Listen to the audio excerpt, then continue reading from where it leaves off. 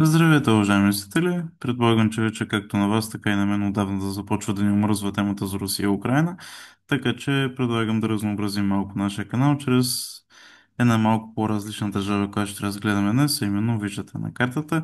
Тя се намира в изцяло различната част на земното кълбо, сгушена между останалите централноамерикански държави и тази държава носи прекрасното име Ел Салвадор. Предполагам, че вече по-голямата част от вас се сещате за какво ще говорим днес. За тези от вас, които не ме познават, името ми е Тодор Ненко, студент съм и моят канал е посветен на история, геополитика и култура. Ако такъв тип видеа ви харесват, както и останалите типове видеа в канала, то абонирайте се, споделете го, коментирайте, харесайте видеото, за да може то да стигне до повече хора и алгоритъма на YouTube все повече да го харесва. По този начин започваме една своеобразна поредица, но за щастие тя няма да е като тази как войната в Украина промени Русия. Тя ще бъде за новите лидери на света, за тези политици, които изгряха съвсем наскоро, буквално в последните около 5-6 години, но въпреки това, макар за краткото си управление, успяха да постигнат изключително много и реално тези хора те не може да кажем, че има чак толкова много общо помежду си. Те са в напълно различни райони на света, те управляват по абсолютно различен начин, но всичките са изключително ефективни и това е причината в днешното видео да говорим за Ел Салвадор и по-точно за нейният вече превърнал се до някаква степен в легендарен лидер Наиб Букеле. Считам, че трябва да започнем с точно него, нашата поредица, защото той ясно показва, че една държава, която е достигнала дъното и която даже може да е и под самото дъно, нещо подобно на България, даже и много по-зле, защото тук няма чак толкова много убийства, но въпреки изключително сложното положение, може да изстреля в изцяло различни висини и да осигури такъв стандарт на живот, какъвто по-голямата част от света не може да си представи. Като всичко това, разбира се, ще ви го покажа и с точни данни от публични източници, няма нищо скрито при нас. И считам, че подобен тип видео може да ви е доста интересно. А и най-малкото тази личност придоби доста сериозна популярност както в България, така и по целия свят, заради изключително ефективните си политики в борбата с престъпността и не само. Като днес ще разгледаме историята на Букеле, а само на управлението му, не целия му живот. Иначе за тези от вас, които са заинтересовани от цялата му биография, статията в Википедия е достатъчно подробна. Ние ще се занимаем само с политическата му кариера от ето тази дата насам, от 1 юни 2019 година, като преди да започна да говорим за самият Ним Букеле, искам да ви разкажа малко за това какво беше Салвадор преди той да дойде на власт. Ел Салвадор, ето тази малка държавица, както можете да видите, тук ви показвам директно статистиките от Википедия. Искам само да видите каква е като размери. В смисъл, тя има няма 5 пъти по-малко от България. Както виждате, 21 000 квадратни километра, а пък населението е почти еднакво с това на България. 6,5 милиона души, 6,6.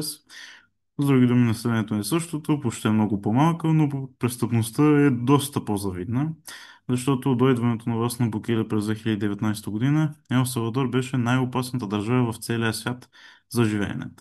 И обяснението е следното. В края на 90-те години в Салвадор се води една изключително тежка гражданска война, вследствие на която след край голяма част от населението е изгонено към... Ето сега ще ви покажа директно на картата реално къде е. Извинявам се. Голяма част от населението и над групировката е изгодено към Съединените щати. Ето сега, като смалим картата, ще видите, че реално Салвадор е точно по средата между всички Централноамерикански републики. Тук е Панама, тук е Мексико. Като от Мексико са изгонени в Съединените щати и оттам вече започва да ги обработва самото ЦРУ. Като нещо подобно се случва с кубинските емигранти, които знаете, че по времето на Кенеди ЦРУ вербува кубински емигранти, за да ги изпратят в Куба и в операцията в залива на прасетата да свалят Фидел Кастро. Еми тази операция е неуспешна. Нещо подобно е и тук. Именно Съединените американски щати и ЦРУ хващат тези иммигранти от Ел Салвадор, подготвят ги, въоръжават ги, организират ги, подкрепят ги финансово и ги изпращат отново в самата държава, така че да внасят постоянен смут в нея, да осигурят абсолютно политическа нестабилност, така че да могат да превърнат в свой васал. Тоест, те плътно следват този начин, по който те разбират доктрината Монро. И в случая наистина Ел Салвадор в продължение на много дълги години беше нещо като американска колония. Доказателство за това, между другото, е, че единицата, в смисъл националната валута на Ел Салвадор, това е американския долар. Как се усещате, който е свързан директно към американския долар, обикновено е напълно зависим от тях, защото все пак парите му се печатат другаде, а и цялата инфлация от Съединените американски щати се излива и към Ел Салвадор. Това е Салвадор до управлението на Букеле, като тези банди, ето сега ще ви покажа те точно кои са тези банди, МС-13 или Мара Салватруча, можете да видите.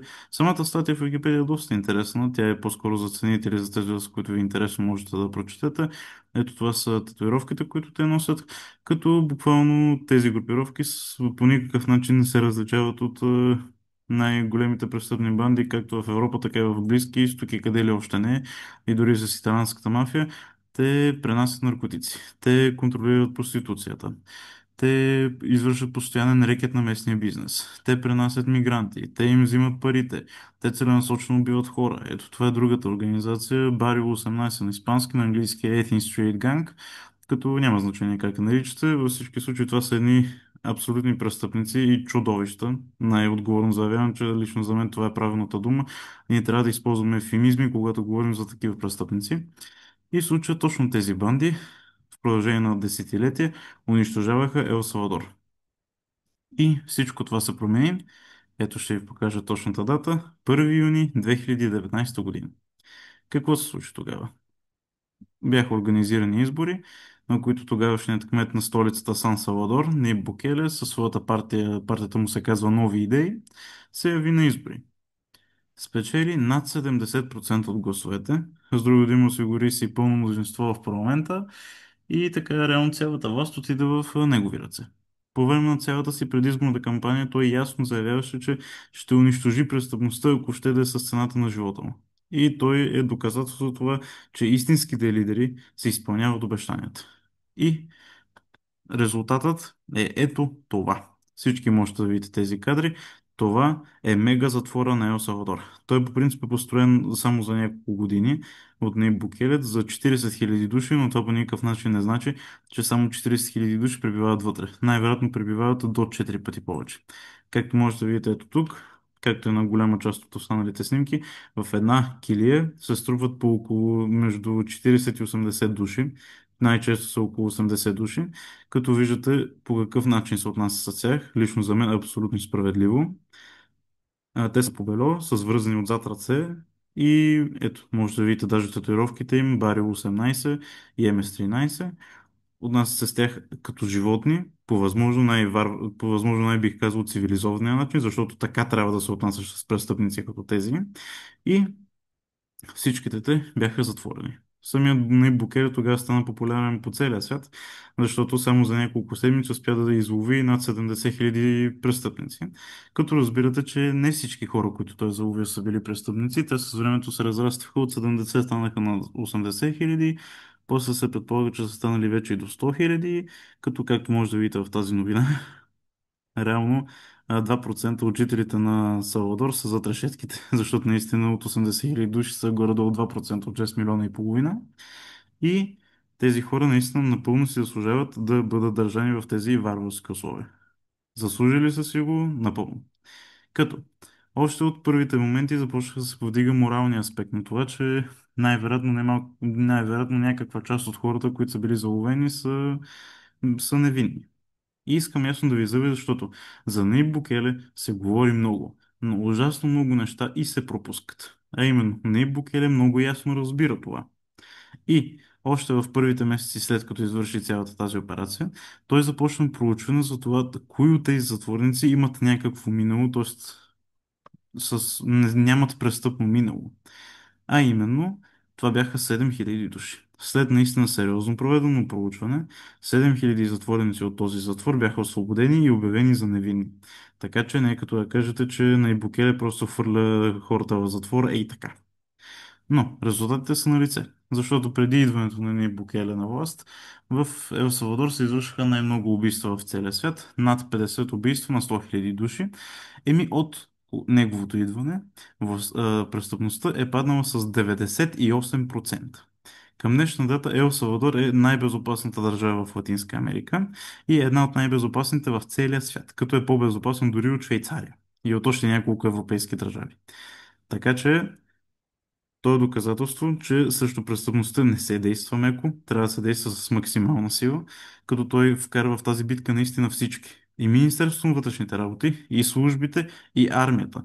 Имаше вечерен час, всички бяха по улиците, за да ловят тези престъпници. И резултатът е видим. Между другото, един интересен факт да ви споделя за всъщност какъв му е происхода на Наиб Букеле. Както виждате, Наиб не е точно испанско-латиноамериканско име, а самият Наиб Букеле има палестински происход. Неговият баща е всъщност, баща му е Салвадорец, мисля, че дядо му беше избягал мигрант от Палестина, така че да знаете, другия път, когато някой ви обяснява, че мигрантите само създават проблеми, ето ви един мигрант, който решава проблеми. Така че да знаете, че всичко зависи от човека, не зависи от етническата му група. Да продължим нататък. Вече след като престъпността беше изкоренена, Нейб Букеле реши да промени сериозно обстановката в Ел Салвадор, защото една държава, освен да бъде спокойна, трябва да има и развита инфраструктура, развита икономика, развита социална система и какво направи Нейб Букеле. Еми същите тези затворници, ще ви покажа за пореден път, защото обичам да ги гледам, така за трешетките. Той, освен че ги държи по затворите, от време на време ги изкарва и на улицата, за да строят пътища. Наистина, това е абсолютно безплатна работна ръка на Ибукеле и сериозна част от пътищата в целия Ел Салвадор се строят от него. От тази безплатна работна ръка има предвид. След това, ето тук ви показваме на статия, която аз искрено препоръчвам, тя е на Deutsche Welle. Ще се превърне ли Ел Салвадор в богата държава? И тук можете да видите доста доказателства от това. Ето, Google наскоро откри своя централа в Ел Салвадор. Нещо, което беше абсолютно немислимо до преди 2019 година. След това, самият факт, че вече бизнесът не е рекетиран от престъпни групи, подобно на българския бизнес през 90-те години, даде огромен тласък на икономиката, защото малки и средни бизнес просто можеха най-накрая да дишат, да има свободна пазарна конкуренция и най-накрая да се развиват спокойно, без да се страхуват, че някой ще им ги унищожи всяка една секунда и ще им взриви и магазините. Друго нещо, ето тук можете да видите. Новата библиотека в центъра на, искам да подчертая, че се казва Сан Салвадор, а не Сал Салвадор, но няма значение, е финансиран от Китай. Знаете, че където тръгнат китайски инвестиции, обикновено предстои тази държава да влезе в инициативата един полос един път. С Ел Салвадор предполагам, че също ще е така, но в случая това не е толкова важно. Важното е, че Китай помага на Ел Салвадор, на Букеле има добри отношения с китайците и що могат да построят нещо толкова грандиозно за само няколко години, то със сигурност това е много добра инвестиция. След това, Нейб Букеле много добре разбира чисто географски Ел Салвадор къде се намира, защото ако погледнете на картата, наистина това е едно райско кътче. То е близо и до Гватемала, и до Хондурас, и до Никарагуа, но най-важното е, че има огромна крайбрежна ивица на Тихия океан, който е идеално за сърфиране. Ето тук в тази статия може да прочетете, че Нейб Букеле разбира много добре това, че салвадорските плажове са едни от най-добрите в света за сърфиране. Ето това е една от неговите нови идеи за създаването на проекта Surf City, който да привлече, ето, прочетете, който иска да привлече почитатели на водните спортове от целия свят. Планирано е изграждането на ново летище, което да позволява на туристите по-лесно да стигат до плажовете. Инвеститори искат да изграждат нови хотели, а основната целева група са туристи от САЩ и западните държави, както и сърфисти. Друго нещо, което може да прочетете в тази статия е за ето тази жена. Това е Карла Клаус от Германо-Салвадорската търговска камера, която казва, че германските компании са оптимистични, когато говорим за бизнеса в Ел Салвадор. Тоест, германците се подготвят да инвестират в тази страна. С други думи, при наистина компетентно управление на Букеле, ако продължава в същия дух и се изгради добър план като цяло за управлението си, то Ел Салвадор е напълно възможно да се превърне в един Сингапур на Централна Америка. Да се надяваме, може би и повече някой ден. Ето тук можете да видите снимка на Букеле. Друго нещо, което искам да ви спомена е, че Нейб Букеле е огромен почитател на информационните и комуникационните технологии и на борбата с корупцията. Заради това той намалява целенасочено администрацията. Ето се чета и конкретни данни. За своята мандат до момента той извършва административна реформа, като намалява общините от 262 на 44 и намалява депутатските места от 84 на 60. С други думи, ако може това да се случи в България, също ще бъде доста полезно за нас, или поне аз така си мисля. Друго нещо, което искам да ви спомена, е, че точно заради неговата обич, така бих се изразил, към информационните и комуникационните технологии, той стартира един експеримент. Този експеримент се казва биткоин. А именно, тъй като валутата на Ел Салвадор беше на американския долар, той реши, че няма сега да си правят нова валута, а ще направят един експеримент да въведат биткоина като официална такава. Признавам си, ако има финансови експерти сред вас, моля ви пишете ми, защото аз лично не разбирам тази идея. Знам, че биткоин не може да се купае само в определени количества. Знам, че е нужна огромна енергия за това. И ето тук ще прочетете, че Ел Салвадор ще построи първи в света биткоин град, подкрепен с биткоин облигации. Ако някой може да ми обясни точно какво е биткоин облигации, ще ви бъда благодарен, честно казано. Наистина не знам това как работи, но се надявам, че Букеле знае какво прави. Вижте го просто. Той буквално е голям веселак. Той самият, между другото, в един свой пост се нарече най-готиният диктатор на планетата и често казвам, за мен той несъмнено е такъв. И негова идеята за създаването на биткоин град. Този биткоин град ще се намира близо до един вулкан на територията на Ел Салвадор. Мисля, че вулкан се казваше Кончаго или нещо от този сорт, като огромното количество енергия, което вулкана генерира, ще изхранва този град и ще помага за строителството за купуването на биткоини, като този град ще си има всичко. По думите на самия Букеле, ще си има летище, ще има пристанище, ще има курорти, ще има инфраструктура, ще има сгради, ще има търговски центрове, ще има абсолютно всичко, от което един модерен град се нуждае. Тук може да прочетете още по тази тема. Мисля, че на любителите от вас ще ви бъде доста интересно да научите повече за Ел Салвадор. И че реално Букеле не е само човек, който вкарва престъпници в затвора, той и нещо повече. Друго нещо, за което искам да ви спомена е, че Ел Салвадор е една страна много богата на злато. Ето, можете да го видите тук. Ел Салвадор откри златно находище за 3 трилиона долара. Показвам ви картата на Ел Салвадор. Представете си, защото забравих сега къде бях извадил снимките. Ел Салвадор, това е почта на държавата, като ето от тази линия от тук, от тук до тук, в смисъл по цялата територия на страната се спускат две прави ивици, което се нарича Златния пръстен на Ел Салвадор. Точно в централните части на страната е пълно с злато. И тази статия много ясно го потвърждава. Открито златно находище за 3 трилиона долара. Искам да ви заявя, че, пак казвам, не съм икономист, не знам точно как работи биткоина, но доколкото прочетох, този експеримент за момента не е особено успешен.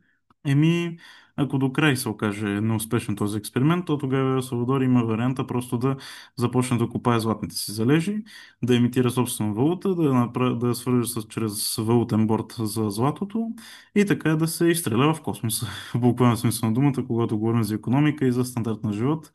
Надявам се наистина, че след 20 на години Ел Салвадор ще бъде едно от най-прекрасните места за живеене на нашата планета, където всеки ще може да работи за нормално заплащане и като цяло да се радва, че живее там. Да не говорим, че тяхната природа е изключителна в пълния смисъл на думата. Нещо, което го споменават в тази статия, ето. Никой обаче не може да докосне това богатство, поне за сега. Обяснявам. През 2017 година в Ел Салвадор е въведен един закон, според който се забранява добива на полезни изкопаеми в страната, като обяснението е, можете да го видите и ето тук. Ето тази жена тук, например. Това е единствената опозиционерка на Неб Букеле, депутатката Клаудио Ортис, единствената опозиция в парламента на Ел Салвадор. Тя е екоактивист. И тя твърди, че с добива на полезни изкопаеми природата може да бъде доста сериозно заплашена, което най-вероятно е така, но предполагам, че Нейб Букеле не го интересува особено, защото ето ви друга новина. Ел Салвадор вдига забраната за добив на метали. С други думи, вече метали ще се купаят масово. Аз лично не знам дали държавата ще ги купае или ще ги даде на концесия. Ако ги даде на концесия, предполагам, че ще бъде на китайците. А честно казано, където мине китайски кръг, там остават пристанища, пътища, летища, всякаква инфраструктура, работни места, така че предполагам, че ще им бъде доста добре на елсалвадорците. И последната тема, за която искам да ви споделя е ето тази тук. Тя не е единственото, което ще споменем, именно Тръмп праща американски затворници в Ел Салвадор. По принцип, самият Нейб Букеле в продължение на много дълги години е един от най-видните борци срещу Джордж Сорос. Защо? Защото Джордж Сорос имаше една инициатива заедно с Отворено общество в Ел Салвадор да започне активно лобиране и той го правеше. Доста активно лобиране, за да може неправителствените организации да получат квота за участие в съдебната система. Тоест, едни организации с изцяло чуждестранно финансиране, изповядащи абсолютно чуждестранни интереси, с чуждестранно гражданство, да се мешат във вътрешните работи на Ел Салвадор, която тъкмо се освободи от корупцията и престъпността. Как се усещате, когато го чу това, Наиб Букеле в буквален смисъл на думата полудя, въведе специално законодателство срещу това. Не знам още да имат закон за чуждестранните агенти, не няма да се очуди, ако имат. И ето този човек, в буквален смисъл на думата, изхвърли Джордж Сорос като мръсен пес извън Ел Салвадор. И до момента говори против политиката на Джордж Сорос и честно да ви кажа, един мой приятел ме попита, добре, този човек как още е жив? Еми аз честно казвам не знам, но наистина този човек е феномен, поне за мен. Така че Джордж Сорос вече няма работа в Ел Салвадор, а вече откакто Доналд Тръмп дойде на власт в Съединените щати, Тръмп изгради доста добри отношения с Нип Букеле, защото и Тръмп мрази Сорос. И както виждате, Тръмп иска да депортира мигранти-престъпници, и не само престъпници, най-обикновени мигранти, директно към затвора в Ел Салвадор, който ето тук пак да ви го покажа, този знаменит затвор. И в него наистина в момента включително има американски затворници. С други думи, както виждате, един човек може за толкова кратко време да постигне толкова много, може да има добри отношения както с китайците, така и с американците.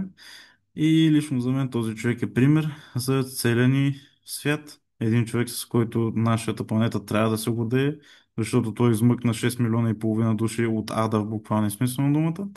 И искрено се надявам, че щом обществото Нел Салвадор може да произведе такъв човек, който да постигне това, то следователно и българското общество би трябвало да може да произведе един такъв кадър, който да реши нашите проблеми.